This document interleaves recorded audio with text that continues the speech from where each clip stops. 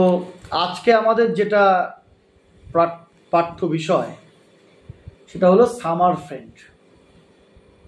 এটা class 8-এর lesson 9-এ রয়েছে। এটি ম্যারি ল্যামের লেখা। ম্যারি ল্যাম একজন ফেমাস ইংলিশ পোয়েট এবং রাইটার, অর্থাৎ তিনি ব্রিটিশ ছিলেন। ক্লিয়ার হয়েছে? কবিতার নাম হচ্ছে সামার ফ্রেন্ড, গ্রীষ্মকালের বন্ধু। এই কবিতা পড়ার আগে আমাদের বুঝতে হবে যে in our society there are two types of friends. When you have money, power, you can see that some friends, so-called friends, are around you. They like to accompany you. But when you do not have money, they leave you. সমাজে দুরকম বন্ধু দেখতে পাই আমরা।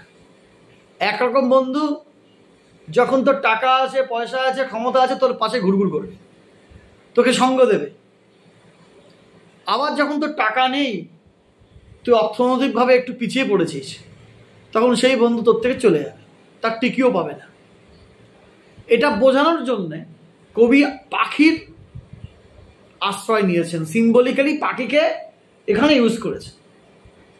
দু ধরনের পাখির কথা বলেছেন উনি।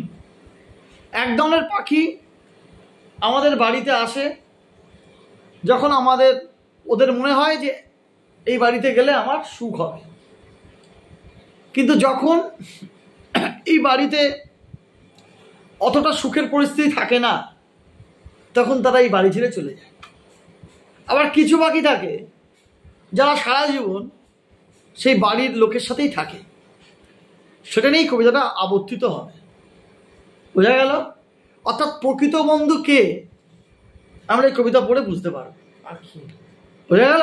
আমাদের জীবনে প্রকৃত বন্ধু কে বা কারা, কি কি বৈশিষ্ট্য থাকলে হতে পারে, সেটা আমরা বুঝতে পারব। দেখো, আমরা কবিতাটা পড়ছি।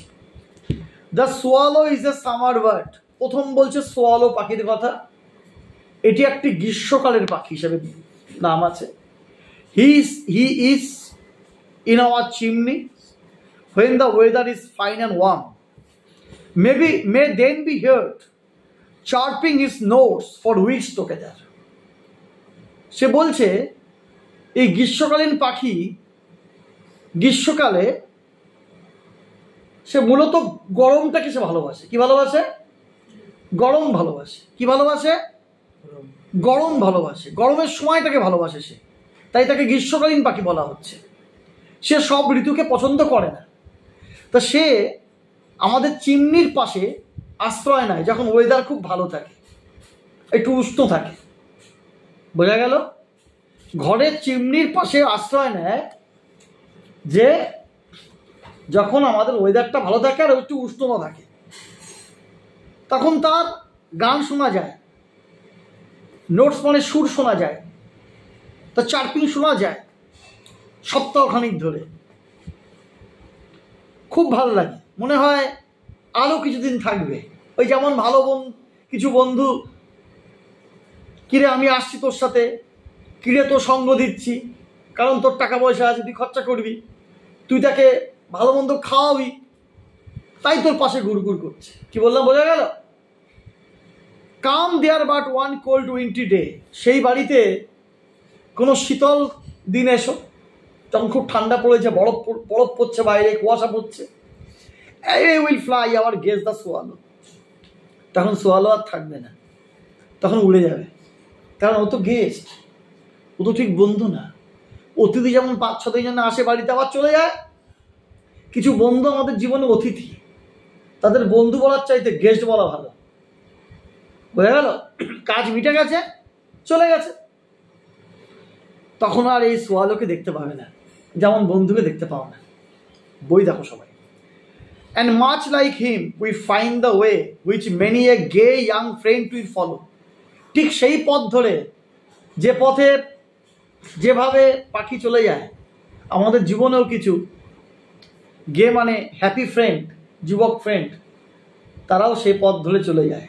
যখন আমাদের একটু অবস্থা খারাপ হয়, আমাদের জীবনেও শীতকাল আসে, একটু বিষণ্ণতা আসে। শীতকাল মানে কি?